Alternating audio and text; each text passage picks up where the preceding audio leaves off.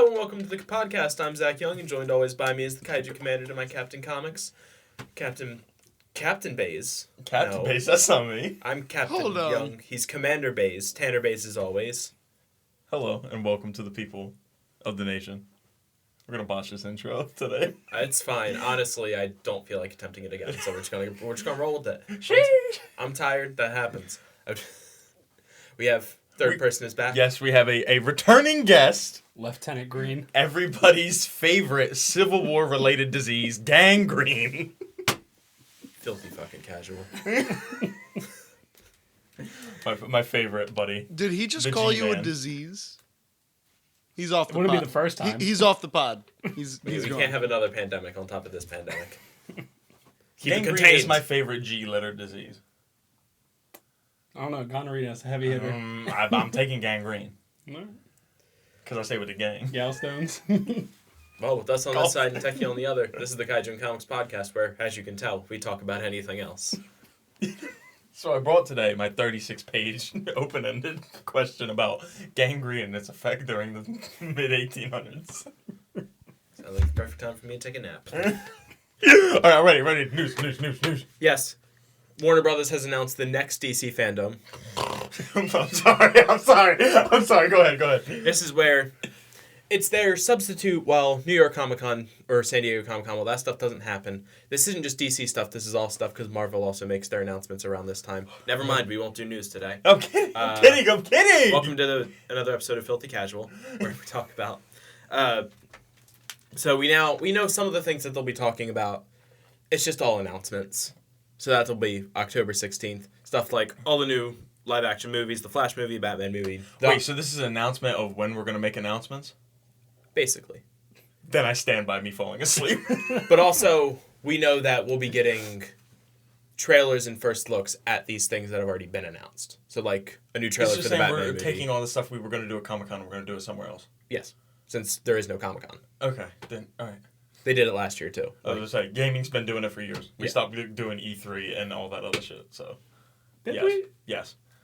Okay. They have their own directs now instead of doing conferences at those events. And then they just Those dropped events them suck during to go E3. to now. Literally, it's only like bigwigs and like company people who really get anything out of going to like E3. And there's another one that I know is really prevalent. It's not the PAXs, it's the other one, and I can't remember. South by Southwest?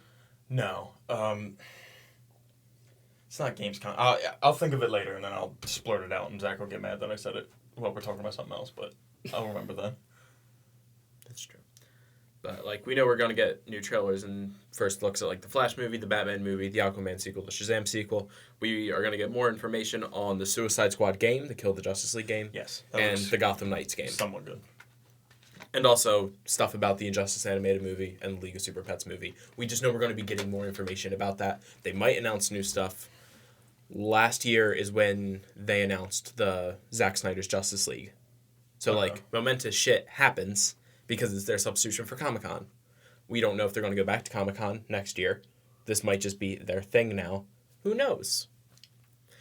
We also have the Midnight Suns gameplay trailer, which Yes. you remember a lot more about than I do. Yes, it was definitely hard as hell. I'm really down. Get the negatives out of the way. 3 characters per level kind of sucks, and I don't think that's an outrageous thing to say. Especially when they're probably going to lock us in with the Hunter for a lot of With it. the main character, Who does Bucks. look cool. Yes, I'm not complaining about the main character. I even will be using the female version because I've been told by a couple of people that I don't like female heroes, but I find that to be very untrue. But the game looks fun. I'm not upset. I am. I'm upset that it's only 3 characters. But there's a lot of things that are going on. They're telling you that you're going to create these relationships with these characters. I don't know if that's just going to be flavor text or if it'll mean something. Does anything in-game in the fighting aspect. The card thing. It will unlock, if you build up relationships with people, specific. you will unlock tag team moves with those characters.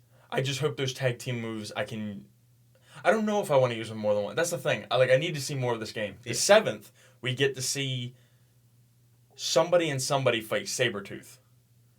I don't know if you saw that at the end of at the end of both trailers. As you see, I think Hunter and Blade or Hunter and Ghost Rider, Hunter and Wolverine, might be Okay. fight Sabretooth. So hopefully we'll get to see it actually in game and not just the trailer where we get the little thing here, little thing there.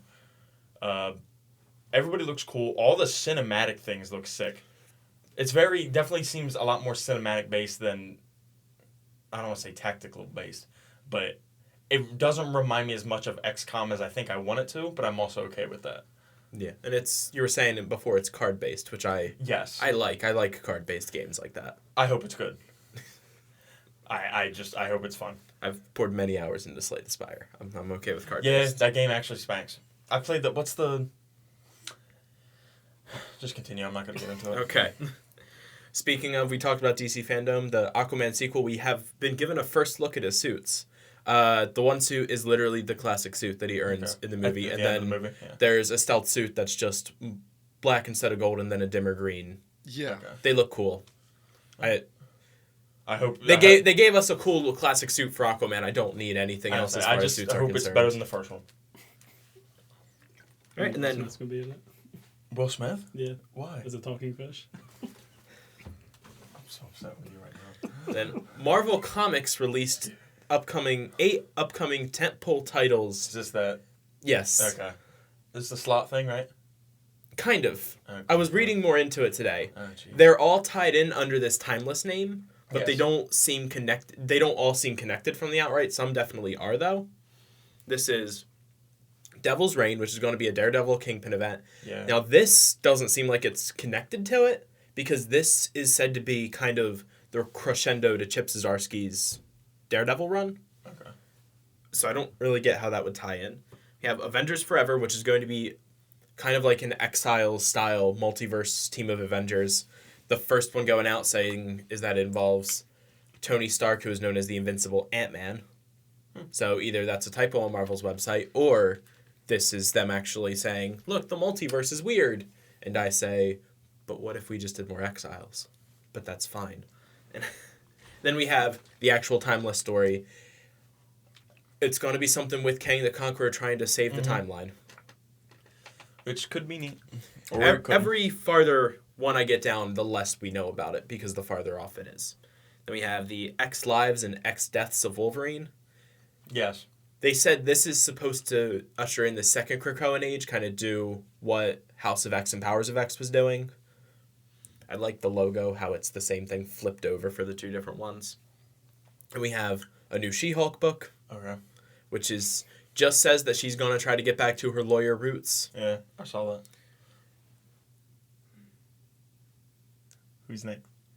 Then we have the Fantastic Four, the Reckoning War. This is the Dan Slott thing. We assume this will tie in with She-Hulk because Dan Slott initially coined it and teased it with She-Hulk over 15 years ago. So this is hopefully big planned by Slott, who, when he has the time to really plan things out, has made some good shit. Mm-hmm. It doesn't mean I'm extremely excited because it is still Dan Slott, but, that sounds pretty crazy. And then we have a Moon Girl and Devil Dinosaur story. I'm excited for that. I think I actually might buy a comic book. You said that about Ultra Mega, too. Yeah, but then I saw it. Then you bought it. I was like... I didn't buy issue. I still don't have issue 3. But, yeah. Yeah, that one... Again, we don't have a lot of information about it because that's the one all the way in the back. How much do you need? It's Double Dinosaur. It's also Moon Girl. Hey, I love myself some Moon Girl. Yeah, I'm pretty sure she's canonically the smartest character in the Marvel Universe. Yep, and you know what she also is? Not very good in Marvel Future Fight. But you get a free Devil Dinosaur. So. Oh. Right, you have any comic book or kaiju related news headlines? No. Okay. I have other related news lines. Go ahead. I'll let you go first. I've got a lot. Go ahead. Okay, I have a little. Go ahead. What is your thing? I don't have anything. You're an ass. That's how it works. Anyway, happy birthday to Idris Elba, Roger Waters from Pink Floyd, and my sister. I thought he was just going to say happy birthday to my sister. I was going to say, I'm going to cut that out. But then he threw in Idris Elba, so now I have to leave it in. I have Idris Elba news. Go ahead. God. Do you? Yes. Okay. It's his birthday. That's what you're going to say. That man can you can restate? rap. Can you restate everything you said because you were doing this right at the My entire bad. time you said it? Idris Elba can rap. Look up Courtney Cox on Spotify. It absolutely is fire. or on Google, but you might get different results. And lastly, this is For you, the maybe. huh? Lastly, for you, maybe. Actually, it is about a baby. So, Nirvana's Nevermind has a picture of this baby on the front. I know about this. I do not want to talk about this at all. And so, as you can see, he is naked. This actually is some dumb shit. Yeah. So, the guy is now all grown up, and so he's an artist. And so the rest of the members of Nirvana blew off his art show and didn't want to come to it. So he's now wanting to sue them for child pornography. Now, the original intent for this actual cover and everything was underwater birth. Like, that's what Kurt Cobain thought of it. But now he's dead. So that was him. He thought of all of it. If you're gonna sue Nirvana, sue the dead guy. All right, I just won't talk about this on the pod. The actual funny thing about that, I was waiting for you to pause it to get my thing in, is that he did reshoots of himself in the pool remaking that cover not that long ago. So for someone who wants to sue over embarrassment or something for it, odd that you then went and you did that right beforehand. That's why I'm on this being some bullshit. Yeah. Because I just don't have time for those types of people. Tanner, you look a little malfeased. What's the issue? Tanner's all good with music, except for when it's not about rap. Facts. Facts. That's a hard fact right there. I'm good with music. How was the new Drake album? Except for when it's specifically about rock music. How was the new Drake album? I didn't listen to it all the way yet. I'm sure you have. So the new Drake album comes out on the same day that Shang-Chi dropped. So Simu Liu, the actor who plays Shang-Chi, went on Twitter and said, it's finally the day, it's finally out. And then there's a bunch of spaces, and at the bottom it says, now listening to Drake. I love that. He's so good on Twitter. He's so good on Twitter. Nice. So guy. what else do we have left? Oh, I have the wrestling thing. Oh, actually, I want to talk about this. Yeah, but I was just leaving that pause for the ring bell. There we go. Now we're good. All right, I want to talk about this. Well, first, I got to talk about the actual headline, which is the NXT changes. Because I'm cross. Okay, yeah. Actually, I do care about this. Yeah, Still. I've been letting the news build up over the past few weeks for it. We have the new logo. Yeah. Sorry, it's over your face. Actually, No, you can put it over my face. I don't know if it'll fit above your head. We'll see. No, put it on my face. Block me out for this segment. Okay. I know nothing about wrestling. Wait, you ready? Right. And then it's going to be a Vince McMahon and Bruce Pritchard production. Who's Bruce Pritchard? For those who don't know, It's one of Vince's lackeys. There's a few of them. The news reports are now changing to say that Triple H, Shawn Michaels, and Matt Bloom will still have control of day-to-day operations. Those are the ones that have day-to-day operation control now, or before. So maybe nothing will change, but also things are definitely changing. It's I don't know. I'm very done with NXT now. I would be done. Especially when one of their biggest stars left, and we'll talk about where they went in a little bit here. Just telling us that Triple H still has day-to-day controls is, please don't go away. He's still here. Yeah. It's just pandering to your audience that is really upset that you've done this. Because I don't think that Vince doesn't know that people are upset. Yeah. But so you've been theorizing lately that this is Vince trying to screw over his company. Yep. In prep for something. It is I heard thing. Tom Campbell from the Cultaholic podcast gave a different idea that I think might work a lot bit more. I think Vince is making WWE the company that he's always wanted it to be, because now that AEW exists, WWE doesn't have to be pro wrestling. All right, I'm because done with this. WWE's not going to go away. They're a household name. So they could really do whatever they want, but without someone like AEW in the mix, that's your default. WWE becomes your default for pro wrestling. But it doesn't have to be anymore. I'm not going to say WWE is going to be... Before AEW existed, he could have done whatever he wanted. Yeah, but they're then held under the scrutiny of being pro wrestling. But he didn't have to care. He had a monopoly on wrestling. He didn't have to care. You're telling me, as a casual person, you knew of anything other than wrestling being WWE? Yes. What? Then what did you know? I had heard... Because I knew... I still am a casual fan. WWE was where you went to go watch wrestling. There was nothing else. But I've heard of different names, and just because you're the top doesn't mean you can't be dethroned. You can't. He literally couldn't. Then why does AEW exist? It's not nearly as big as WWE. And it But, never but will it's be. getting there. No, it's not.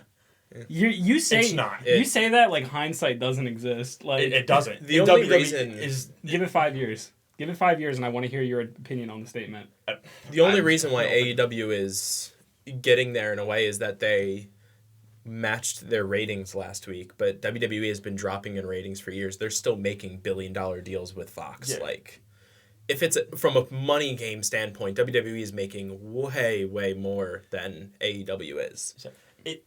This could be very disrespectful to AEW, but the reason why AEW is as prevalent as it is currently is because they're poaching the talent from WWE. It's not making WWE fans AEW fans. We're currently possibly in that trajectory, but it's just WWE fans that have their favorite wrestlers who got dropped from WWE. It's not we're becoming AEW fans. They don't care about the current AEW wrestlers that aren't WWE related. I am now because I saw that there's a Jurassic Express, which is the greatest tag team of all wrestling history. To point it out, AEW's strategy is exactly what just happened. Yeah. Okay. So Is because they just, of course, signed CM Punk and 2 other guys just jumped over that we'll talk about in a little bit. Yeah. Bring those fans over, and maybe they'll just happen to find, maybe they'll be big fans of Darby Allin when he mixes it up with Punk. Maybe they'll attach to MJF when he's fighting Chris Jericho, or they'll see just Jurassic Express and go off. it makes less sense now for Vince to be turning it into what he wants to do that now when he's losing everybody. That makes less sense to me than if he would have done it 2 or 3 years ago when he had wrestling by the balls. That just doesn't make any sense to me. 4 or 5 years ago. Yeah, It's time difference. when he literally owned everything and there was nothing else to watch, why wouldn't he do it then? That makes no sense. Unless I guess there's somebody in the front office that was keeping him from doing it that isn't there now. But still, Vince is the end-all be-all, so what does it matter? It could be a Nick Khan thing, the president of WWE, who did an interview recently. Okay. We never hear from Nick Khan. He did an interview recently, SummerSlam weekend, and just to give you a nice little preview of where his mind is at, he was asked about the length of Raw. Do you think it'd be better for Raw if it was 2 hours? And Nick Khan said, honestly, I think it'd be better for Raw if it was 4 hours, because then it would make more money. And I think that says it all. Interesting interview because we don't hear anything from the president of WWE. He does still have to answer to Vince because Vince is the owner of the company, but I do think it's a Nick Khan thing, that Nick Khan came in and he's whispering in Vince's ear and being like, well, we could do this now. And I think before Hunter and Steph probably had some influence on the where yeah, but this is wrestling. That's why Raw and SmackDown were still doing this BS, but NXT was this safe haven of pro wrestling for a bit. I don't know. There's a lot of psychology here and a lot of names, and let's be frank, big egos involved that are doing things. Vince McMahon might have the biggest ego of any man that's ever lived. And I think it was a Blampier video where he said Vince McMahon has the biggest ego and he's really out of touch, but in a way he almost deserved to be because wrestling wouldn't be what it is now without him. So it's really the balance of I still want him to go away because I want wrestling to be good everywhere again.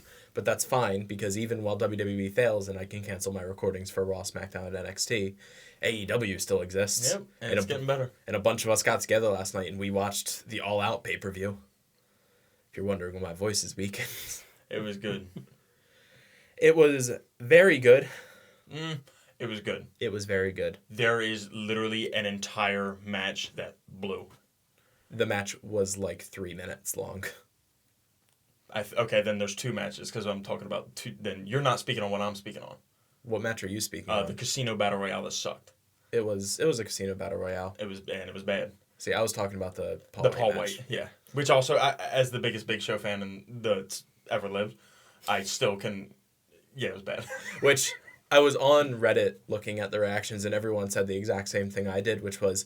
It was nice having this little cool down right after Punk before the main event. I was yeah, that was the point. That was definitely the point.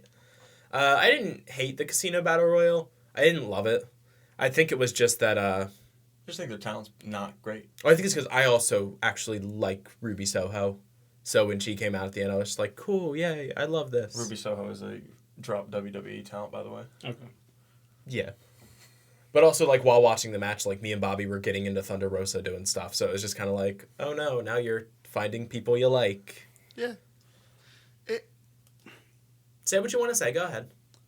Like, just knowing that it's staged, like, they're not fighting. Most You of want me it to beat 'em isn't. up? It's like That doesn't bother me. that's what bothers me. I don't know. I watch anime and movies. It doesn't bother me. To be fair, that is probably the best defense I think Yeah, a like- wrestling fan can ever give. Yeah, no, I completely understand why you would like it. It's just not my thing. Because a lot of even the like one-on-one matches with some of the people, it was just like we're just going for moves here, right? Because I've never seen Telling a wrestling. story. Yeah, I've never seen wrestling, so this is my first time Yeah. ever watching. So Yeah, we're telling a story. Most of the time, especially with pay-per-view matches, you're telling a story through your match. That's why, like MJF versus Chris Jericho wasn't a big high spot match, but it was a big story match. MJF stealing moves from Jericho. Jericho trying everything he can to not fade away and lose. And then, of course, the rope thing at the very end, which people are very divided on. And I understand why it's not like AEW to do a dusty finish and recoil. But much like me, a lot of people were... It got the desired reaction in that people were angry that Jericho might have been screwed out of his career, and then a big plate of joy when it was reversed. Yeah. So, like, it's that story thing. Like, that's why I was telling Darian, is where, like, there are some rules in wrestling, like, when both competitors go down, a 10 count starts until one of them get back to their feet, that sometimes we ignore, because that kind of stuff is really just meant to put drama into it and not actually end the match. Yeah. I know that when I watch wrestling, it was a learning experience. One thing that I learned is that you do not kick out of the one-winged angel. You do not kick out of the one-winged angel. And it's something serious. You know, Christian Cage got hit with the one-winged angel, and I'm pretty sure he's dead. He might not. He might have not woken up yet. Honestly, it's type nasty. Yeah. And then one day someone will kick out of the one-winged angel, and it will be a gigantic pop because holy shit, they just kicked out of the one-winged angel. What a legend! What is the one-winged angel? So don't worry about it. If it happens to you, you'll never know what happened to you. You'll just wake up the next day. Okay. if you even wake up the next day. Yeah. It's Kenny Omega's finisher. You it's ever played Final super Fantasy? protected. You know who Sephiroth is? Alright, so moving on. Yep. Then that's all I have for No, you don't. the news of the news. What? We're not going to talk about the big thing? Oh, yeah. I thought... It sounded like you were trying to wave me away from talking about All Out, so I was just No. I wanted to get to the big... So, yeah. Ba-boom. Main event happens. Kenny Omega versus Christian Cage. Good match. It was a good match. Uh... It did not get all the attention I should have given it. I had maybe the funniest man I've ever sat next to me, just talking about things. I literally couldn't breathe for half of the match. I felt like I was hit with the one-winged angel. Yeah. There was like 2 table spots, and I love a table spot. Yes. One of them, everyone missed except for me and Gene, which is kind of sad. Was it the... Very beginning of the match, Christian Cage was ringside. Kenny Omega reached down, pulled the table over top of him, jumped up and stomped on it. And I was like, that one I missed. Beautiful. I saw like, that on the replay. I was like, oh, I missed it was just like, that's fucking great. And then, of course, a table gets set up, and I was just like, I love a table match because I don't know when this is going to get hit. Omega almost landed a one-winged angel through it, which would have probably killed the man. But how'd they go? What was it? A suplex through it in the end? No, it was... Didn't Christian... He was running off the side of the ring, and then he, like, speared him it was a spear through it. Spears through tables are kind of weird in their setup, but the table shatter looked nice. Honestly, they're always my favorite. Table spots are just great. Spears are just great. Table spots are amazing. I love a good table spot. So the match finally ends, and the Elite, which is the Young Bucks, who we didn't talk about, even though I think that was my match of the night, was Young Bucks versus CM Punk Lucha was Bros. my match of the night. CM Punk was... It was a good match. There was a lot of pockets of good stuff. The crowd helped that match a lot. The energy helped, and my father going insane also kind of helped. I would say the tag match was my third favorite match. I'd say the tag match was probably my match of the night, just from sheer Young Bucks and Lucha Bros are mental, and I love them. It was fun, yeah. Yeah. Dave, I loved you saying if he pulls a cleat out of that bag, I'm rioting, and then he pulls a fucking cleat out. It was not. It was a Jordan with tax in it. I was like, that is not a cleat. Okay, but like, are the Young Bucks gonna wear anything but Jordans? I have no idea. I don't know about the Young Bucks. I didn't know if we were balling. I saw him with a basketball earlier. I was like, what's going on? So maybe I should have put it together. But yeah, that was insane. I see stuff like that and I keep forgetting that I'm watching AEW, so I'm just like, they're not going to get hit with it. WWE's not going to do blood. I'm watching WWE. He put it on. He super kicked him. Mm-hmm. Risky thing to do when you're facing luchadors because you don't want to rip their mask off. Yeah, and that the one had his almost mask happened ripped, to Rey Fenix, who I keep forgetting is possibly the GOAT of that entire company. There you go. To be in a tag team and pull out the shit that Rey Fenix was doing. There was just one part where he was nuts. just going, and I was just like, yeah, this guy is just really good. Was he the Aztec-looking one or the gold one? He was the gold one. The gold one was getting right. The gold one, yeah. The Aztec-looking one is Pentagon. Yeah, Pentagon was getting right too, but he was not getting. He was not getting right. And yep. He wasn't type nasty. So the Elite come out to beat up Christian Cage, which is the Young Bucks and then Gallows and Anderson. And as they're going, the Jurassic Express and a few other guys come out and they try to equal it, but they're failing. And then the lights go out. Kenny Omega's cutting a promo. Anyone who wants to challenge me isn't here, is tired, or is already dead. Now, what Gene pointed out, because I said it and I don't know if any of you heard me, is that in AEW canon, Adam Cole was dead. He was killed by the Elite when he was kicked out because he signed with WWE. So Adam Cole's music hits and he comes out, and the crowd's insane. Now, something happened, and I'll reveal, because this is a thing. There's a thing about AEW that I keep forgetting is a thing, and if I would have remembered, I would have known that this was about to happen. Adam Cole then super kicks, was it Jungle Boy? I'm pretty sure it was Jungle Boy. I want people to know, at this point, he super kicks Jungle Boy, and I said, what? What's going on? And then I see him fucking go up and hug all the Elite. I said, I'm done. I threw shit and I walked out of the room. I go to the bathroom and I'm like, that's not going to end like that. I was like, there could be somebody else. And I get done real fast. I walk out. Go ahead. And Daniel Bryan is coming.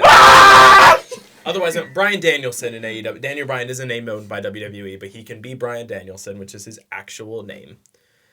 And something that AEW does that I didn't think about when Adam Cole was coming out is that if you're facing the stage, if they come out of the left side, they're almost always heels.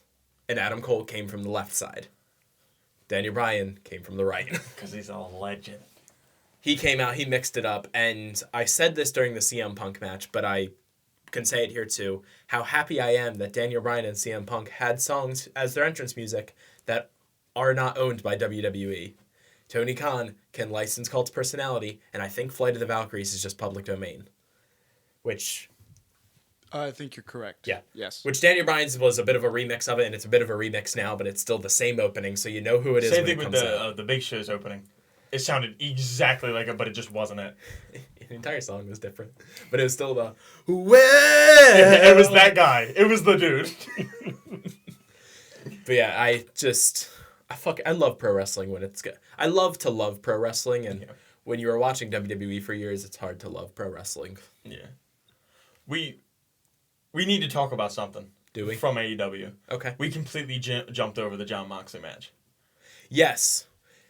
Because a lot of that stuff doesn't stick in my head because I'm not a big New Japan fanboy. Not to hate on New Japan fanboys. New Japan is fucking something. The guy who came out, he was nice. That was Suzuki. I don't remember his first name. Yeah. He was getting right.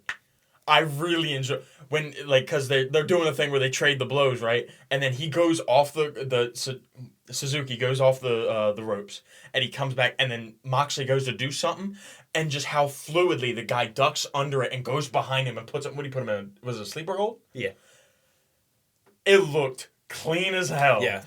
I want to watch that match. Yeah, that's what I want to say. Moxley's doing this thing where he's getting challenged and challenging old New Japan stars, and they're just coming in and just... And it's because I think people don't understand that Moxley is really good, because his time as Dean Ambrose was wacky, and since he's been Moxley again, he's been more of a hardcore wrestler, which was kind of always Moxley's shtick. It feels like we're kind of making the same inches, like, just so you know, this guy's also phenomenal in the ring. Yeah. He can make stuff look good, and he can take it good, and to again go back, they were trading blows. I think it was like the third one. Suzuki winds up, clocks him, and Moxley stumbles. Literally gives him the, give me a minute. Yeah. Give me a minute, like, let me get get a my second. footing. And then hits it. And I don't know if you noticed, but Moxley enters to Wild Thing. Yeah. And how over he is with the crowd that they sing the fuck along to it. And then just all them. It was just last night. The matches are scrambled in my head. Yeah. But I enjoyed just about every one. I even enjoyed the Casino Battle Royale a bit. I enjoyed some big moves from Paul White.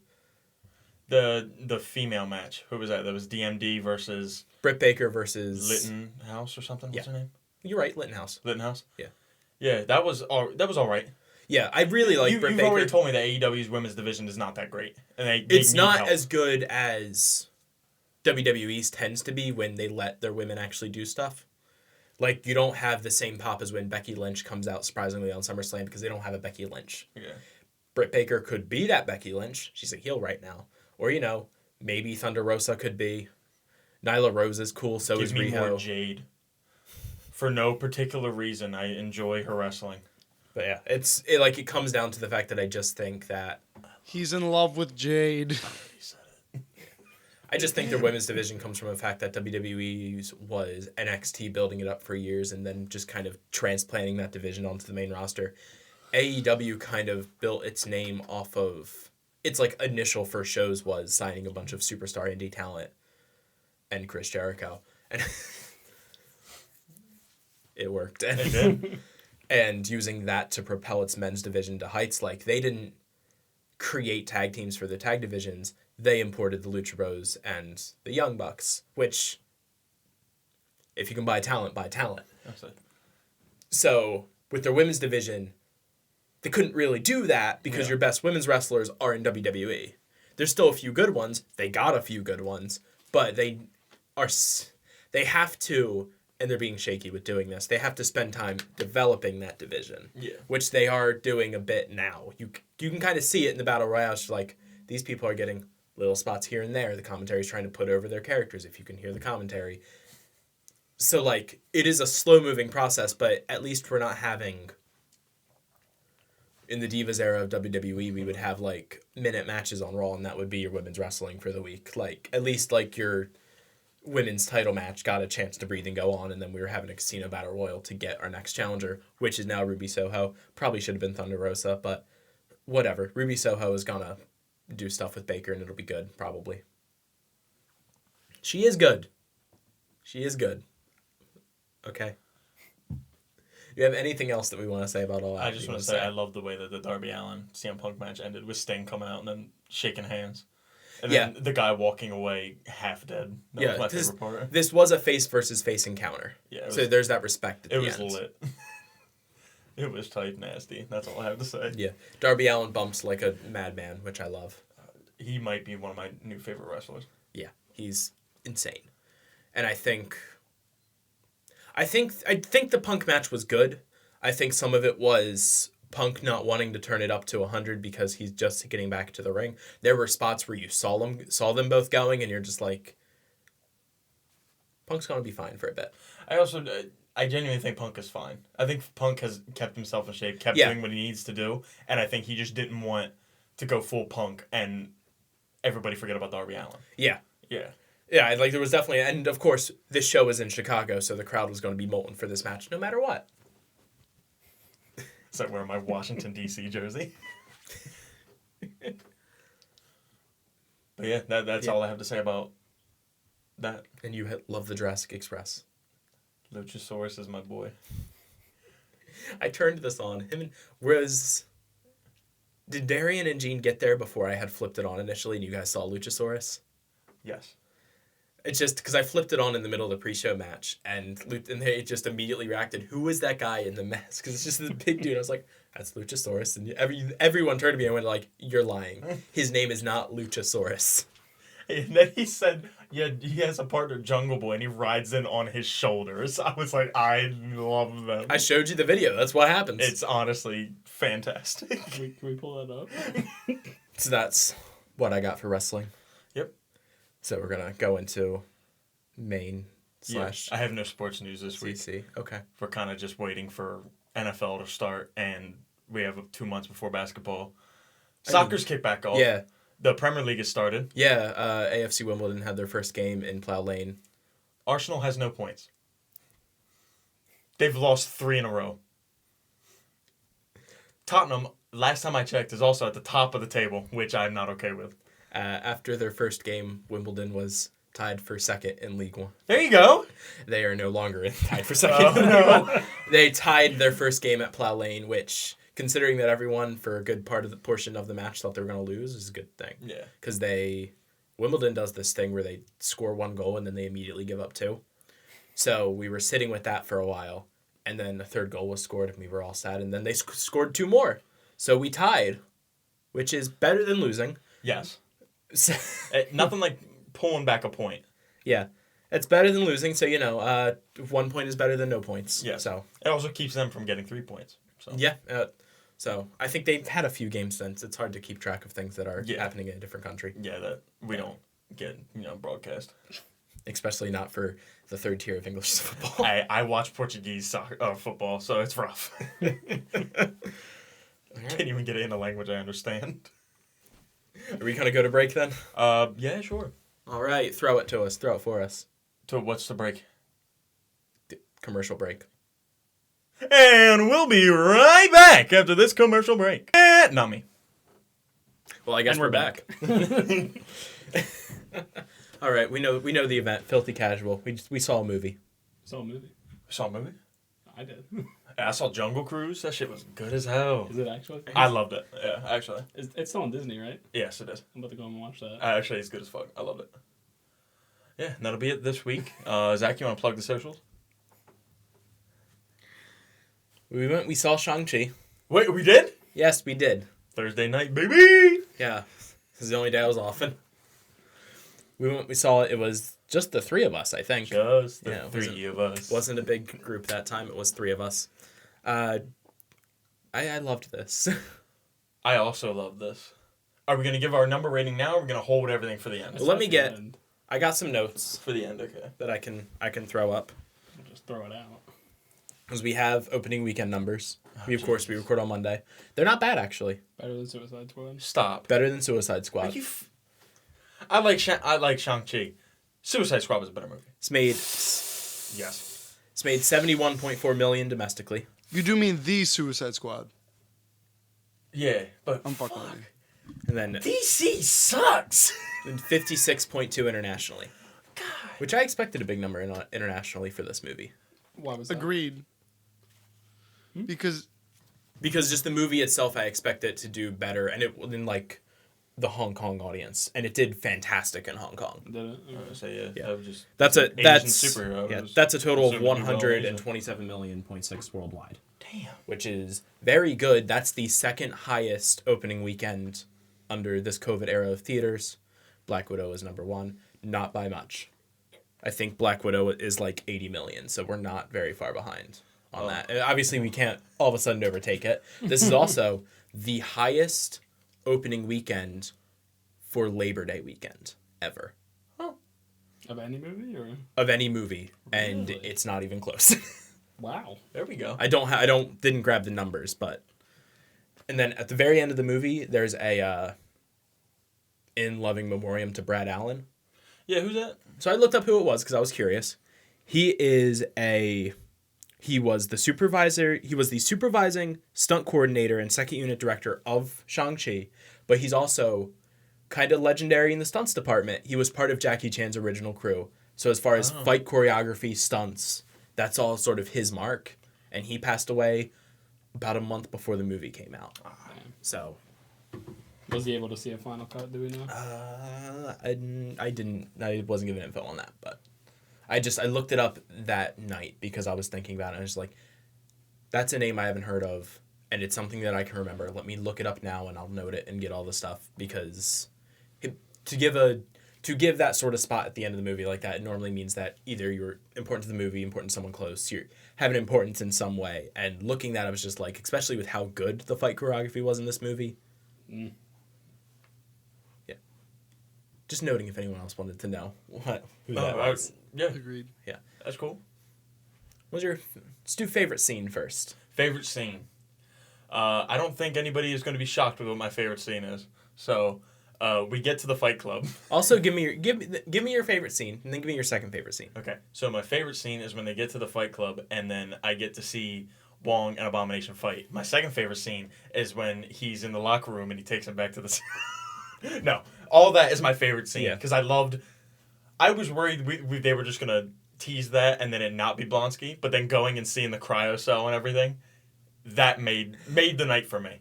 I was going to love the movie no matter what at that point. And that just made it for me. My second favorite scene is the fight at the gate. Not with the Mandarin and the mom, with the Mandarin and Shang-Chi, when they're fighting and then the Mandarin jumps up in the air, shoots the things at him, and then Shang-Chi gets the things, and then it's like, oh, he's got the rings, and then the Mandarin loses. Yeah. But that fight just goes hard.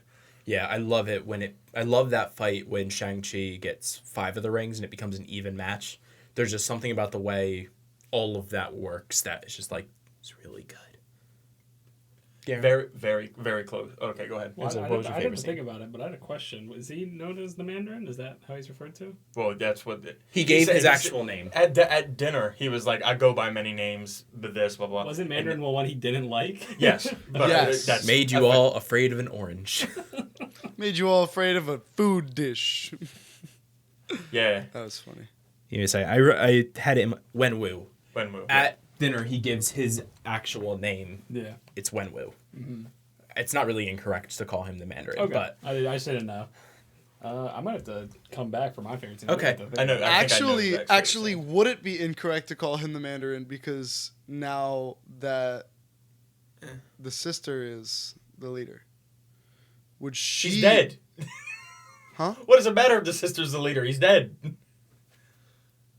There could be By more than that one I mean Mandarin. she taking up the mantle. She's I the guess. Clementine. Also, he says that he made you afraid of a chicken dish, not an orange, at dinner. he said orange as well. He did say chicken dish, and then he also said orange. Orange chicken dish. That's I think what- his big moment was afraid of a chicken dish, but when he like as he was getting it, was just like afraid of an orange, and then like Oh, okay. because he was also kind of shooting on America being America. He also said chicken dish, and then I got hungry. All right, so go ahead. Your favorite scene. Probably the scaffolding scene, Damn. the scaffold fight, if not the bus scene. I don't know. Yeah, if that's it's what the I bus was scene, saying. yeah. I was just about to whisper in Garen's ear and be like, "It'll be the bus." That's what I was thinking. The bus. The only big top out is that when they're out in the scaffolding, there's that big shot where they start at Shang-Chi and they go out and then they come back in. And I love a good sweeping shot. This movie had a lot of good ways that it was shot that I like. Absolutely. Question: is the Aquafina bamboo a Rush Hour reference? Right? Like, I don't know, but maybe. I'm gonna live on the hill that it is. I would say yeah.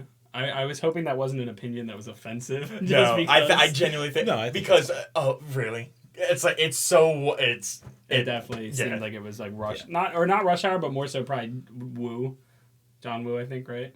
John Woo. Who's John Woo? Doesn't he do a bunch of like those movies, the very cinematic kind of stunt movies? Oh, They, I have no idea. You're It's- not talking to the right guy. more so like parallel to Jackie Chan, I think, I don't but know. more serious. I think if that's the case, that's probably even more the I say, sense if that you're it's a ever gonna reference pay for that. homage to anybody in martial arts, it's Jackie Chan or Bruce Lee. So Yeah, it definitely seemed like a Rush Hour kind of thing. yeah, But yeah, I like the way So that was happy set with up that. a bit more Comedy than. in this movie was good. Sorry to interrupt. There you go. yeah.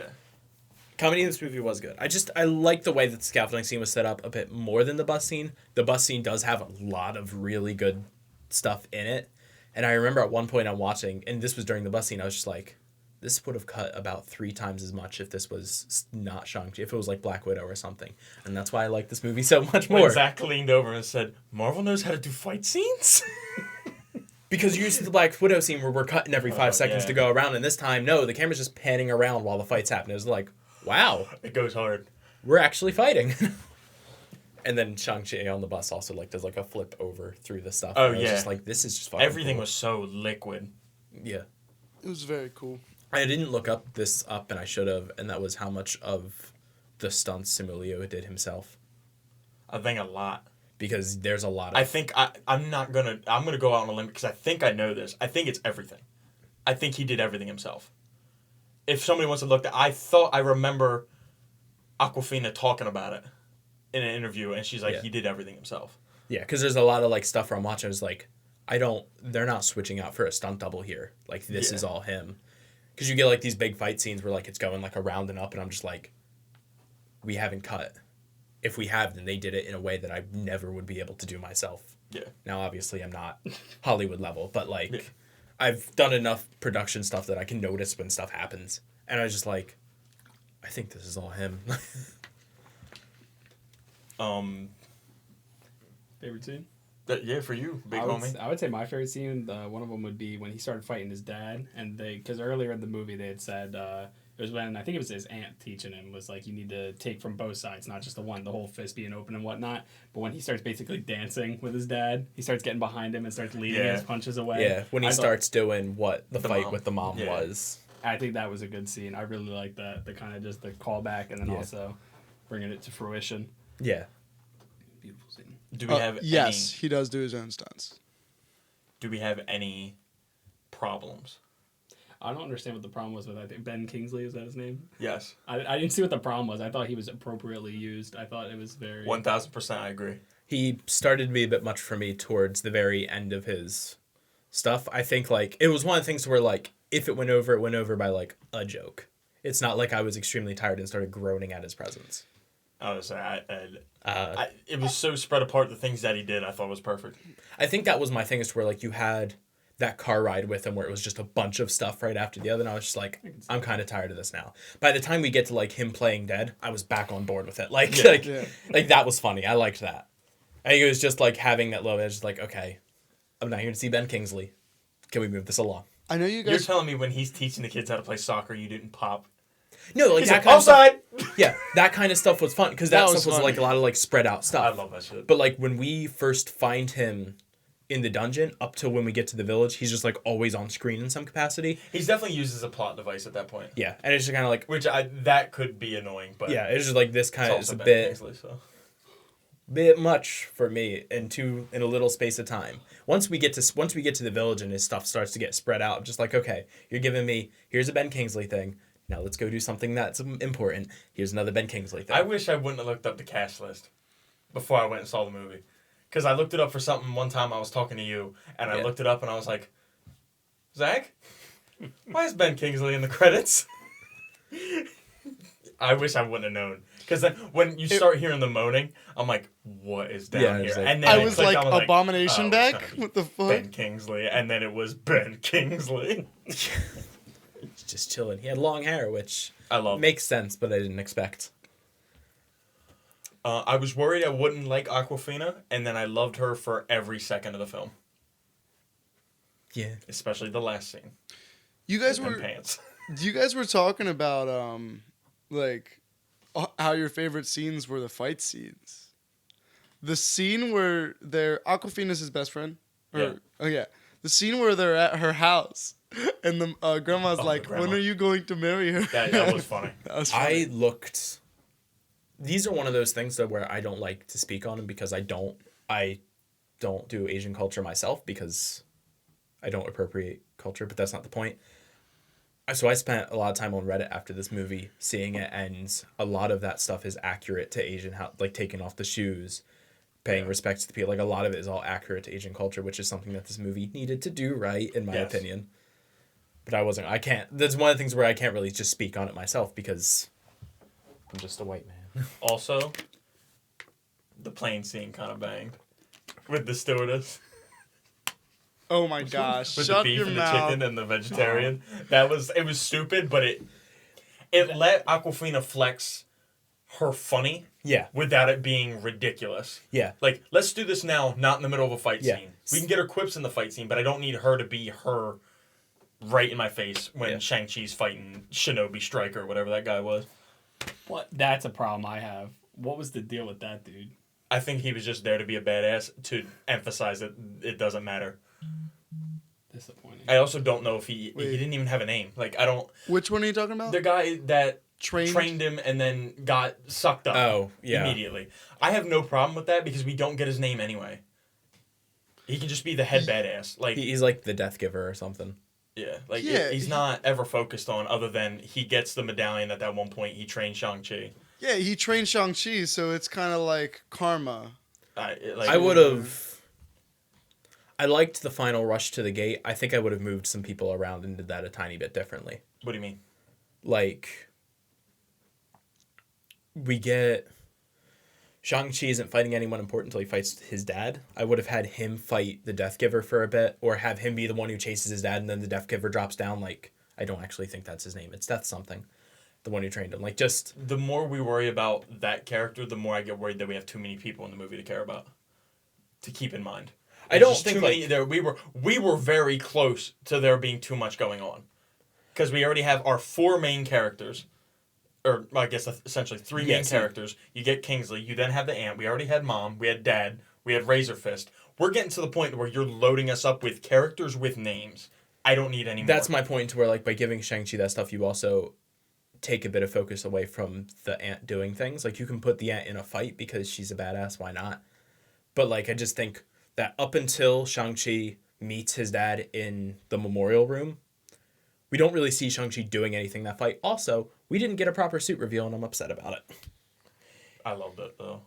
When she pulls it out and shows out, I was literally cool. hanging on to Garen. I was like, classic suit, classic suit. I liked this. I liked being, like gifts or whatever. But then, like, we see it on him. He's just with the army, and he's pulling it. I was like, we can't get, like, a moment. Just like, are you guys ready? And then, like, the siblings walk out, and they're in. I'm like, just a little thing, because I like a good suit reveal scene. Also, I love the way they did this movie. I need to talk about this, because the whole time, I don't know if you guys heard me, I was like, how'd the mom die? How'd the mom die? I'm so happy we didn't get the full Shang-Chi as a kid, and we kind of just got that little bit in the beginning with, like, just how it was done was perfect. Not giving me everything right in the beginning and just developing him throughout the movie was phenomenal. Yeah, I love the way that was done. You kind of learn about him the same way that the best friend does. Yeah, the same way Katie is learning about him. Yeah, thank you. The same way that Katie does. So, like, slowly as it goes on, I enjoyed it. Yeah, I think that's why I really liked Awkwafina's character, Katie, is because it's almost like they put us... Katie was our grounded person. Yeah. As we're moving through this world that we know nothing is about. Just the vessel for the audience. Yes. Of, like, you can understand this person. Okay. Favorite characters? I'm going to start with you. Wong. Okay. Bobby? Razor Fist. No, I'm just kidding. It's not a bad pick. I did not enjoy him. The ant. The ant. Okay. Yeah. Zach? I'm probably going to go with Shang-Chi himself. Okay. I'm going to change mine because Wong was definitely a joke answer, even though I love Wong. Okay. Honestly, his dad. Me and Garen are in the same boat. Very good character best character. Very good character development. Gosh. Very good actor. Genuinely Very good villain. Yes. I thought he was just an asshole for a minute. And but he's not. You just get to see him slowly devolve and just care about his wife. Yeah. Like, he's genuinely after he meets the mom at the main gate, he's done being the traditional bad guy. And he becomes just, I want to love this woman, and then he thinks he can love her again. To the point where he would kill his son for it. The point where punch he's like, He scene? could make another. When he's fine with the son when it happens, right? Mm-hmm. And then he takes him and he goes and murders all those people. All the way through that time where he's training him, he still loves his son. Like, there's no point where I'm like... Because, like, even when they show him when he's like, stop punching the thing, and he goes and he takes care of his hands, like, the traditional bad guy just doesn't care. Yeah. You show that he cares all the way up until the point where they fight in the secret village, and then he's like, you stood there and did absolutely nothing.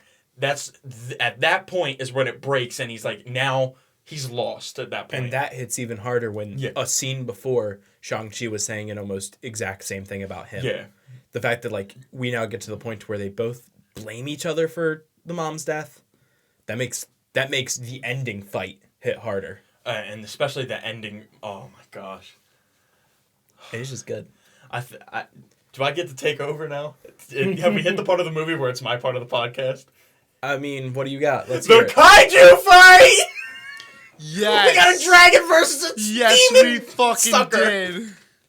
I was so excited! I was like, Kaiju Fight? Motherfucker almost ate that dragon soul. Bro, that dragon was getting right. And then that demon sucker was getting right. How do we feel about how the demon sucker died? That was pretty rough. I would not have would have been in that position.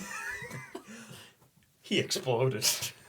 He definitely had those rings. Okay, so go ahead, tossing. complain. What's your complaint? That river is purple now. I could have done without the kaiju fight. Yeah, I agree.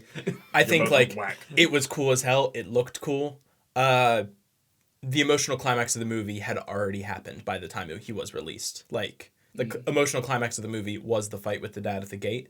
I get that this kind of falls under Chekhov's gun of you kind of showed the monster, you need to use the monster, but like it was really just we are gonna have a big CGI villain at the end because reasons. Yeah, because we didn't have a villain. We did. Yeah, No, for 80% of the movie, we don't have a villain. You don't even have a villain. You need to have an antagonist, and we had an antagonist. Yeah. No. I didn't trust the dad one bit. He was always the antagonist. There was like 2 scenes where You maybe don't you trust the dad because the movie portrays you to not trust the dad. That's how the movie makes antagonists it work, very yes. That's an antagonist, yes. He's not an antagonist, though. Yes, it is. That is the definition Yeah, of the you have- antagonist. No. Tanner always wants the E ERJB. Yeah. I just... If the villain's not big, it's not a good villain. No. That's it. Also, it pissed me off not because of the movie, because like even the big kaiju fight at the end, it was done well. It looked cool. Shang-Chi did a lot of cool things with the rings, and like that was clearly why it was there to show off what he can do with the rings. Dragon Ball reference. Yeah. But Shenron. well, it's that the CGI was really good. Yeah. Why the fuck did Captain Marvel's CGI fucking suck when it had a higher budget than this? Anyway, just move it. Just move on. Just move on. Just move on. I think you already said the reason why it was bad. You said the name of the character. Not just Captain Marvel, but like other times where we have really bad CGI in movies that have a higher budget than this movie, and the CGI was pretty much flawless throughout that entire big fight. The whole movie looked good. Yeah, but like you're not using CGI for the entire part of this movie because of stuff. But like, Big bamboo forest. Oh, the Force is so cool. yeah, the bamboo. But like to compare it to like Oh, the lion use bears. Black Panther That was- instead. oh Like my the God, the climactic lion point in bears. Black Yeah, Panther it's bad. is really it's bad. really bad. But the lion bears. Yeah, but like all the CGI in this movie is fucking phenomenal. What's the obsession? I don't know. I just like the lion bear. You know what? I think it reminds me of a Digimon. I think that's why. I like can't it so lie. much. I understand the obsession with the lion The bears. lion bears. I popped when the one guy took it and threw it to him. They're like adorable too. Yeah, They're I get the huge. obsession. They were sick. They're awesome. The dragon was cool. I love that the Yeah. daughter actually also got to be a very important part Prominent in the character. kaiju fight. Yeah, Yes. it's one of those things to where like they up Shang-Chi about being like this mix of what was like mix of like light and dark or The Dovahkiin, yeah. yeah, the difference when like she's the same way because Did you guys see when when they put all the lights out that the dragon made a yin yang symbol? Oh, Yeah. I didn't see that.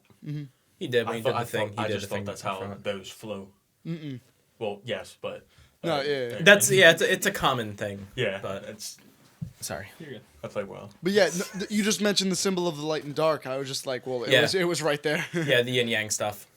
Yeah, I just like that they also because a lot of times when you have these chosen one things for that reason, they'll have a sibling that gets put off to the side even though they have the same bloodline.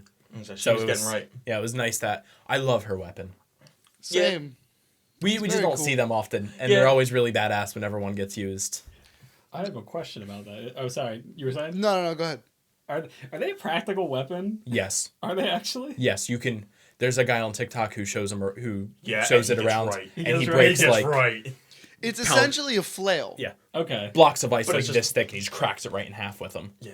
Yeah, you do that flick, and it's gets crazy. insane. Need to get me that on Star Wars. Honestly. Oh my gosh! Imagine if you had a light fucking whip. Oh man.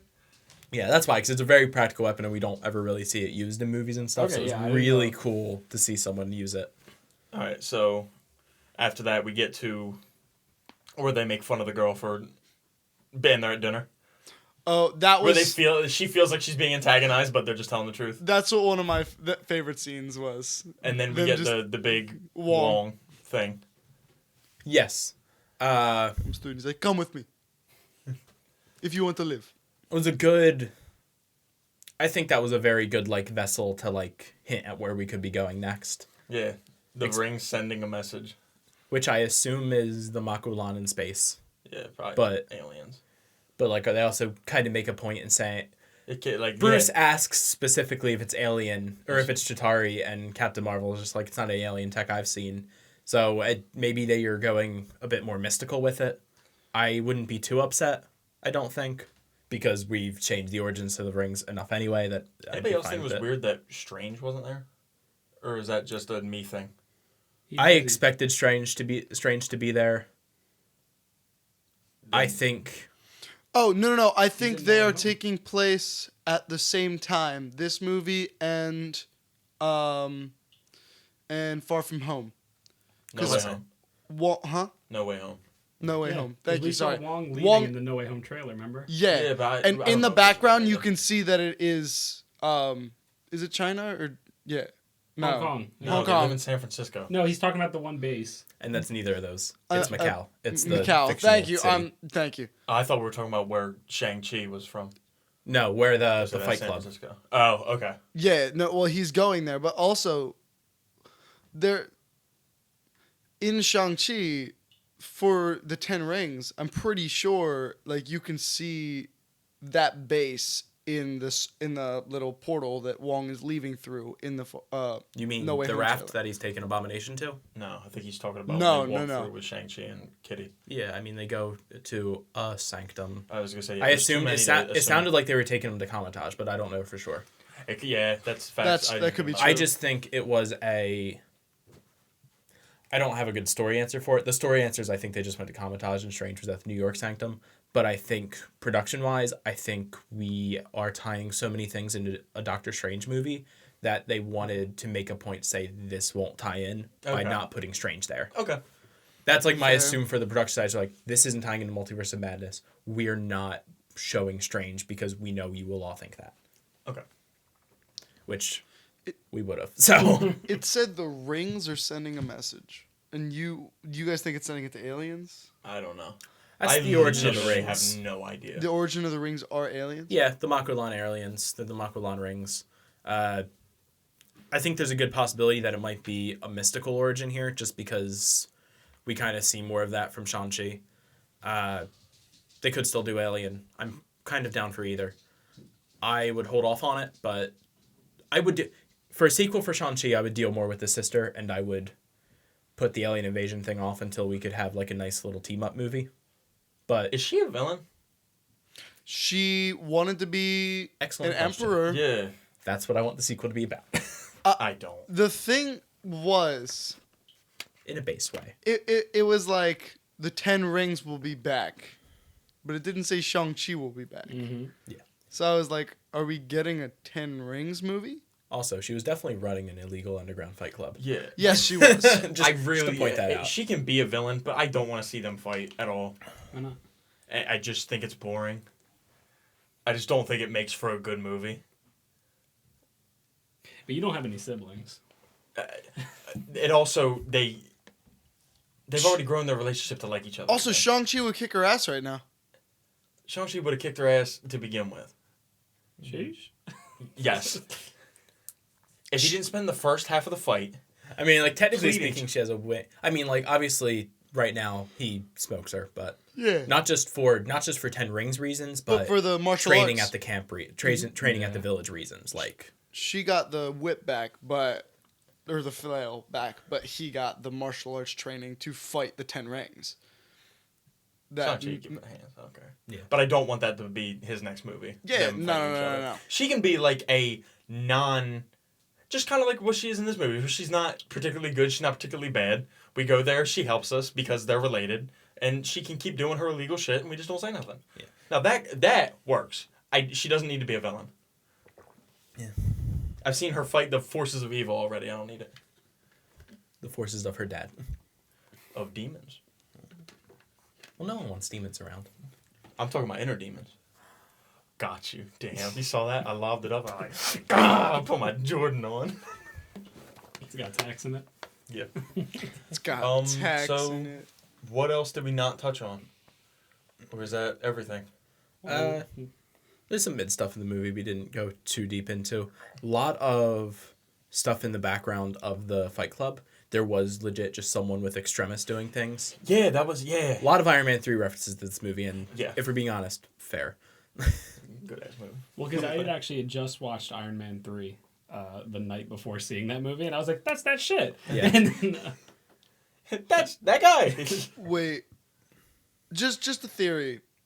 If she's taking the mantle of the Mandarin and the Clementine. and Tony Stark's daughter is gonna take up the She's not. Iron whatever it's gonna be. I don't think so. Or if we get an Iron Lad, do you think that then they will fight? No, Since- because I don't think we're getting Iron Lad because I just think we would have gotten it already. And Morgan I also Stark, don't think she's becoming the Mandarin. Yeah. I think she's going to run the Ten Rings organization. and Morgan Stark is like 5. So Fair. And also we're getting Riri. yeah, and we're getting Riri. Yeah, so Wakanda Forever. yeah. So Yeah. yeah, I think Don't we think already that's have happening. an ironclad superhero coming, and I don't think she's gonna mix it up with the Ten Rings. I think we're gonna keep the Ten Rings a Shang-Chi thing. Okay. Like we might see some outer stuff happen because it's a worldwide organization. We're gonna see stuff from them here and there, but as Yeah, far I as think like it actual is. being in the plot, I think it's just gonna be a Shang-Chi thing. Yeah. Or maybe they'll take over the world or something. I don't know. I find it very weird that Marvel can put out a movie, a non-super powered superhero movie with a shadow organization, 2 different versions of it, and one be very mid and then one be fantastic. Just find that to be very weird.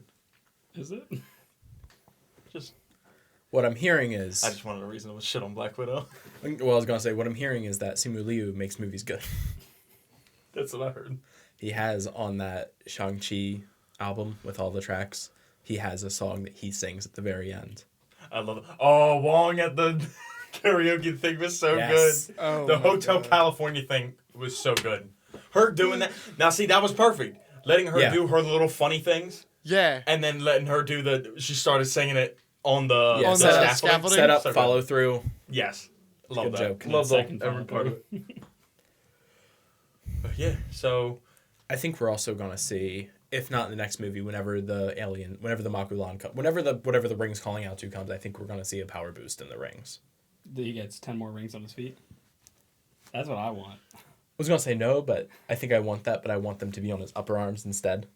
He gets gets want a the whole neck rings. suit of rings. I was just about to say that we get the neck rings. He just gets a whole suit of Does he fight rings in the Peyton end. Manning with the 7 rings?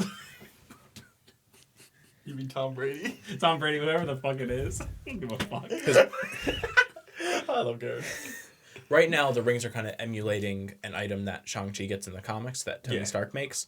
Right now, they're emulating that. I would love to see the rings get a chance to be how powerful the 10 rings get to be. One thing I want going forward, And that can in be the a MCU, trilogy ender, and then Yeah. we can reset Shang-Chi a bit. I want Shang-Chi and Peter Parker to do things. That's all I want. Yes. All I want is what is it called? The form of the spider? Yes. Where he teaches him his own martial arts style. Yeah. That's all I want. That's one of my favorite Shang-Chi things ever. Also, would love it if we got Iron Fist in on the action somewhere. I'm sorry. The things I dislike is how many people like Iron Fist and how good Iron Fist is, but Tanner just doesn't give a shit. I like Iron Fist. The fighting in that show. I don't mean the show. I mean the Okay. character. If I get Iron Fist, I want Luke Cage before I get Iron Fist. I think you can put It's only Fist. literally my only dislike for Iron Fist is because people want him more than Luke Cage, and it's just because it's literally just bias. So like I have nothing to stand on. It's just okay. I just think it's easier to put Iron Fist in.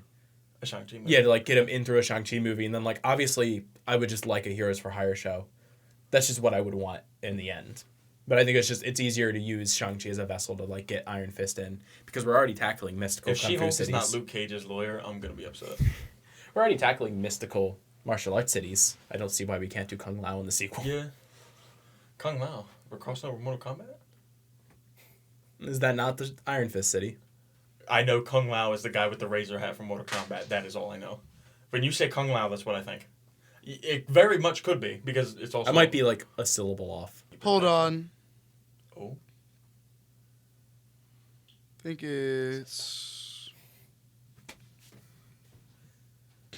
I don't know how to pronounce this, and I don't want to pronounce it Spell wrong. K''UN-LUN. Kunlun? Kunlun. Kunlun. It's Kunlun. All right. Anything else anybody else wants to say? Comment on anything? Yeah, what was the fucking Soul Eater shit? Like, we gonna talk about that? That's a thing in comics. It's the Deep Dark Dweller or something. It's a mystic thing. Well, since the Mystic one monster. is dead, What? the one big guy is dead. Are there more of them? I don't No, know. I think that was it. But that just kind of seems like he seems really underpowered if Shang-Chi just comes in and wrecks his shit. That's what I'm Or saying. that they all- village they all- locked him in there in the first place. They also said the rings have the power to break the gate. Yeah, like that's So just... if it's power enough to break the thing that's holding him back, he was also very low powered because he didn't have that many souls. Because he's been sitting there for Yes. centuries. Yeah. So I would assume we literally probably got the weakest version of that thing we probably would have seen. So how did he get a hold of the dad What do you mean? in his head? How did he get in his head? mystic shit. But he said it was related to the rings. But then you're saying the rings come from aliens. So now, They just know That the rings had the power. okay. That's all what it they sounded wanted. like. It's Yeah, like, yeah, okay. they just sought out what could break them out. Again, the rings could also just end up being mystical here, and I wouldn't be too upset. Okay. Yeah. Because I think that actually makes more sense for Shang-Chi for them to be mystic-based. Their comic book origins is that they're alien, but their comic book origins also aren't tied with Shang-Chi. So, like, Yeah. Gotcha. Wait, so where do the rings come from? They're actually just like a hand ring. yeah. They all have like different, like one opens like black holes, one like Yeah. turns something completely to ice and shit. Like One yeah. shoots a the fireball. Comic book rings are actually sick as hell. Yeah. I still like the comic book rings more, but these are also sick as hell. Yeah. That's why, like, I was saying where I would love to see, like, a power boost where we get something more akin to him. The underground ring scene goes hard. When he shoots him into the ground, that was sick. Yeah. I just want to mention that. We also just have access to another dimension now, as Do we? well. What dimension? That was a portal to another Yeah. dimension Yeah. where they were held, where the scales were. Yeah. Listen, Yeah. this universe has Doctor Strange in it. New dimensions just happen, man. Yeah. No, I'm just saying. He also got intro to a new dimension in Ant-Man. Like, it happens. Yeah, that's true. We're going to just keep getting them and getting them. It's not that big of a deal Yeah. anymore. It used to be. Was it? Yeah. Through, Well, yeah, it's like you said Loki show, we got a new dimension. Like you said, Ant-Man, we got a new dimension. I remember it was big when we got the Quantum Realm in Ant-Man. And Yeah. then Doctor Strange broke it open with a bunch of stuff, and we were all just Yeah. like, cool. It didn't matter. I would say, Yeah. like, after Doctor Strange, like, any new dimension just kind of seems in. Yeah, kind of. Just because we've already been introduced that, like, there's this expanse multiverse of dimensions, Yeah. and we're just kind of like, cool. Like, I guess it's good to note, but we're probably not going to see any use for it outside of Shang-Li. Outside of Shang-Chi or maybe Iron Fist again. It could be. That could be how we get Kunlun. That'd be cool. Yeah, it fits the bill. I don't know if you guys knew this, but Abomination, it was in this movie. Abomination looked cool as hell in this movie. Yes, he did. They gave us a good close-up of him roaring, and it looked beautiful. And then I'm pretty sure him and Juan staged that fight. Yeah. That's what it sounded like. Yeah, we're on his punches. As they're walking out, it sounds like that they staged it to make money, and I was like, I love that. That made me lose my shit when he fucking circled open and he got hit with his own punch. That shit was hard as hell. I loved after the fight between the siblings when they're in her office, Aquafina just walks up with a bunch of money, and Shang-Chi's just like, "Where'd you get that money? Did you bet against me?" The comedy of this movie was really well balanced with everything else, which scared the fuck out of me. Yeah. When we got the airplane scene, I was just like, that was funny. This could be a problem. Yeah. But it wasn't a problem, and I'm happy it wasn't a problem. Yeah. But yeah, that's my only thing is I think the Kaiju Fight. The Kaiju Fight is like my main thing of just like this could have been anywhere else or not done at all, and it wouldn't have changed the movie that much. It really only served to watch Shang-Chi use the rings and do some cool stuff because he just got them. Which... We also knew that the village is based off the power of a dragon, and you're not going to mention a dragon and Yeah. not bring us the dragon. Yeah, I think like, that was just kind And of also, I think if Shang-Chi used a dragon to beat his dad, that would have been corny as hell. Yeah. It felt a lot like we weren't thinking about Chekhov's gun when we first set him, and now we have to use them, so we're going to have a big thing at the end. And like there's like a thing with Marvel movies where they do that sort of thing a lot, is where we just get a random CGI monster at the end for the hero to beat. And I don't need it sometimes. I needed it here. Him fighting his dad was I just where we were building to. Mm-hmm. I don't know if it was too much. I'm not saying it was too much, but like It just felt redundant. yeah, like the climax had happened. We were there. We're at the end of the movie. Maybe I had soul sucked. Yeah. So did I. Damn. That's just Tuesday here, partner. It's Monday. That's why he's got plans tomorrow night. Oh. Yeah.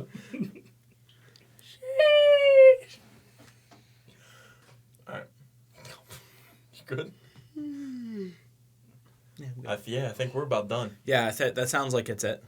This movie was very good. I'm glad that it's almost... You know what this makes me really excited for? What? Blade. Yeah. Blade's gonna be really good. Next movie up is Eternals, though. That looked pretty good. Looks fucking sick. I told y'all this movie's gonna be good as hell.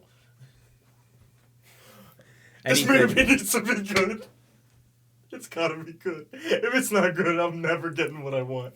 We're slowly getting there. I got Abomination of this movie. I just keep moving forward. It can't be bad. Zach, if it's bad, I'm gonna cry. Zach, if it's bad, I'm never gonna get the things that I want, Zach. Zach, look at me. It's gonna be good. Stop laughing. It'll be good. But at least it seems like that Shang-Chi is on track to make what Disney is going to consider this movie to be a success with. Yes. Which is 90 million. We are almost there just off the domestic. I don't remember if that was domestic What or a great worldwide. experiment. Fuck that guy. CEO of Disney. Fuck that guy. Is that what he said? Yeah, he Yep. called the movie an experiment. Well, the movie is doing really well. Yes. And it'll probably continue to do really well because it's also just a good-ass movie. Yes. Which helps. All right. I think this is where we give our ratings for it because we didn't do that yet. Yes. Starting with Bobby. Out of 10. Out of 10, I'd give it an 8. Zach? Based off first viewing, haven't seen it a second time, I would actually give it a 9. I'm gonna go with 8. I agree. I'm going to go 8.5. I don't want to. No, I'm not. I'm going at 8. I don't want to rate it too high in case I go back and see the movie and then I'm like, oh, Yeah, that's this the is thing I'm very specifying. underwhelming. As a first movie or as a first viewing in the theater, very fun, very Yeah. good. Very fun. And this is even better in the fact where I think this is a great, if you've never seen a Marvel movie before, This is a you good can one just to go and start see on. it. Yep. It's not, you can go and see it. There's not, we don't, besides maybe the post-credit scene that talks about some stuff, everything in the movie is just very plot relevant to things we established in the movie. Again, like there's a lot of Iron Man 3 references, but anything you need to know about, he just tells you at the table. But if it's He if it's your first Marvel movie, you just leave before the credits because you don't even fucking know. Exactly. That's fair. Just You saying. probably know. It's pretty ingrained in culture at this point. Yeah. But yeah, but just like, because I was talking to one of my friends and they haven't seen a Marvel movie since like Phase 2, and I was just like, go see it, you'll be fine. Good ass movie. Yeah, like nothing outside of an offhanded reference here or there Yep. really ties it to the Marvel Universe at all, until the end, of course. It even feels different. Yes. Which, Need more one. Yeah, honestly. we're getting there, we're getting there. I want There's a Doctor Strange sequel I coming. need it. He's also in No Way Home for at least that one scene. Oh, I'm so excited for that. Movie's gonna be good. God, I hope so. It's going to be goated. That'll be good. It'll be goated. I think it's gonna be good. I'll enjoy myself. Yes, I will enjoy myself. Yes, that's a definite. I genuinely don't think that movie has a chance to be as good as this movie. What? Not even close. What? I don't. I'm fully expecting to come here and make it a 6 out of 10, but I'm going to enjoy the hell out of it either way. Yeah. Blasphemy.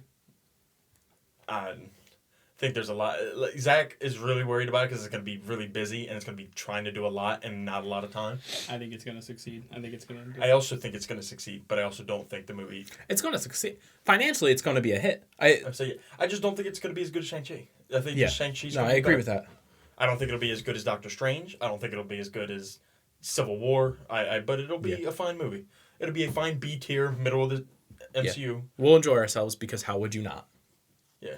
With It- all it- of it won't these, be better than with Far From all Home. of these references and people coming back, how would you Yeah. not? Say we're past references. As I say, it's gonna be we get all the old guys. Yeah. I can't wait to get Green Goblin, but actually Green Goblin. I bet you he doesn't have the suit and he's actually all green and shit. You think? That's my take. I think we're gonna get OG Green Goblin. You think that's why they haven't showed us Willem Dafoe? Yeah, low key. Yeah, Is it Willem Dafoe? Or? yeah. It's gotta It be. was That's his what the laugh. sounds like. Yeah. What do you think of? There's things going around where, and obviously we just know who it is because this is a really dumb thing to be insane about on the internet. But when the screen goes black in the trailer and it says, "Be careful what you wish for, Parker," people apparently aren't sure who that is. Because it's Mephisto. Dummy. It's strange. It's Mephisto. Dummy. People are saying like, "Is that Harry? Is that James Franco? I hear." Is it? And I'm just like, "That's Cumberbatch." It's strange. It's also low key. I don't know if people are making a big deal of this. He definitely emphasizes in the beginning of the trailer for him to not call him Strange, and then he calls him Parker. Is that not weird to anybody? Because that doesn't really make sense to me. For him to be like, we're kind of on a first name basis. He makes the joke that it's weird for him to call him Steven. But he definitely comes in and he's like, Peter, what do I owe with pleasure? And then for him to call him Parker, I think is a little weird. Maybe because he calls him Peter, it's a bit weird. I read the "Don't Call Me Strange" thing as his like code name is Doctor Strange. It'd be like him calling him Spider-Man. That's just how I read it. The fact that he calls him Peter, though, I do see what you're saying there. Yeah, that's a little... I just think that's a little... Because you never know with Marvel. They throw these little things at you that you don't really think about until after you see the final They're also product. You're known like, to oh, shit. they're also known to just To making their completely trailers. misdirect you. So Yeah. this could be me. That's why I just looking like too much. as fun as overanalyzing a trailer is. Yeah. It'd be like think about all the things that Hulk will do in Infinity War. All right, please, Zach. I had a good time. I was having a good time. Zach, I am not sure that is Doctor Strange. And we're gonna end here. Yeah, but that's Thank it. you for watching. Thank you for watching. If you would have hit, if you would have, I don't know. I can't even do the socials. It's like the socials are easy to hell. It's at Cap. Those are mine. The socials are at Kaiju and Comics. Twitter and Instagram. Mine are at Capsack Young. Twitter, Instagram, TikTok. You know the deal. At Robert Williams official. It's at Bobby Williams official, isn't it? Oh, Yeah. Imagine not knowing. After I've said it So how all many of summer. your friends have gone to your live performances, Bobby? 0, because nobody loves me. 0. Thank Zero? You, thank you for coming.